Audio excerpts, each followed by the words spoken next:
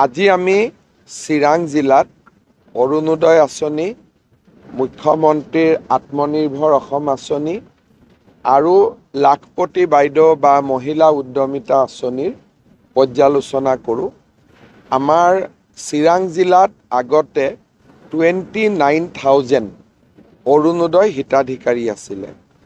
এইবাৰ অৰুণোদয় হিতাধিকাৰী ইয়াত 60,000 হ'ব। সিলেকশ্যনৰ প্ৰক্ৰিয়া চলি আছে। 17 ছেপ্টেম্বৰত আমি অৰুণোদয় 3 আৰম্ভ কৰিম আৰু চিৰাং জিলাৰ 60,000 পৰিয়াল উপকৃত হ'ব। মুখ্যমন্ত্ৰীৰ আত্মনিৰ্ভৰ অসম আঁচনিত যোৱাবাৰ প্ৰায় 400 হিতাধিকাৰী আছিলে। বহুতে ভাল কাম কৰিছে আৰু বহুতে মুদ্ৰা লোনো ল'বৰ কাৰণে সক্ষম হৈছে। এইবাৰ আমি চিৰাং জিলাত আৰু 1200 যুৱক যুৱতীক মুখ্যমন্ত্ৰীৰ আত্মনিৰ্ভৰ অসম আঁচনি দিম।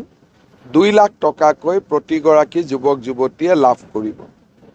মহিলা উদ্যমিতা আঁচনিৰ ক্ষেত্ৰতো প্ৰায় 45,000 প্লাছ মহিলা চিনাক্ত হৈছে চিডলি আৰু বিজনী সমষ্টিত। তেখেতসকলেও 10,000 টকা কৰি লাখপতি বাইদেউ আঁচনিৰ অধীনত লাভ কৰিব। আজি আমি সকলোৱে বহি আঁচনিবোৰ আলোচনা কৰিলোঁ। নতুনকৈ 4,000 ৰেচন কাৰ্ডো আহিছে চিডলি আৰু চিৰাঙৰ কাৰণে। আঁচনিবিলাকৰ যাতে সুবিধা সকলোৱে পাব পাৰে তাৰ কাৰণে আমি খুব সুন্দৰ কৰি আলোচনা কৰিলোঁ, যাতে সকলো ৰাইজে ইয়াৰ সুবিধা পাব পাৰে।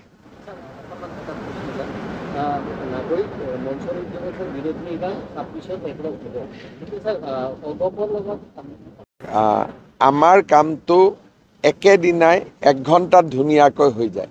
আমাক নাগৰিক সন্মিলনৰ প্ৰয়োজন নাই, আমি নিজৰ ভিতৰতে কৰি লওঁ। গতিকে যেতিয়া এছেম্বলি ইলেকশ্যনৰ ওচৰ চাপিব, এদিন গধূলি মোৰ ঘৰত বহিম, এনাউন্স কৰি দিম। कोई चैलेंज नहीं है, शांति से चुनाव हो जाए वही सबसे बड़ा चैलेंज। उसमें कोई चैलेंज का बात नहीं है, किसी को जीतना हारना नहीं है। बीजेपी का स्थिति से कोई इम्पोर्टेंट ज़्यादा बात है कि शांतिपूर्ण हो जाए।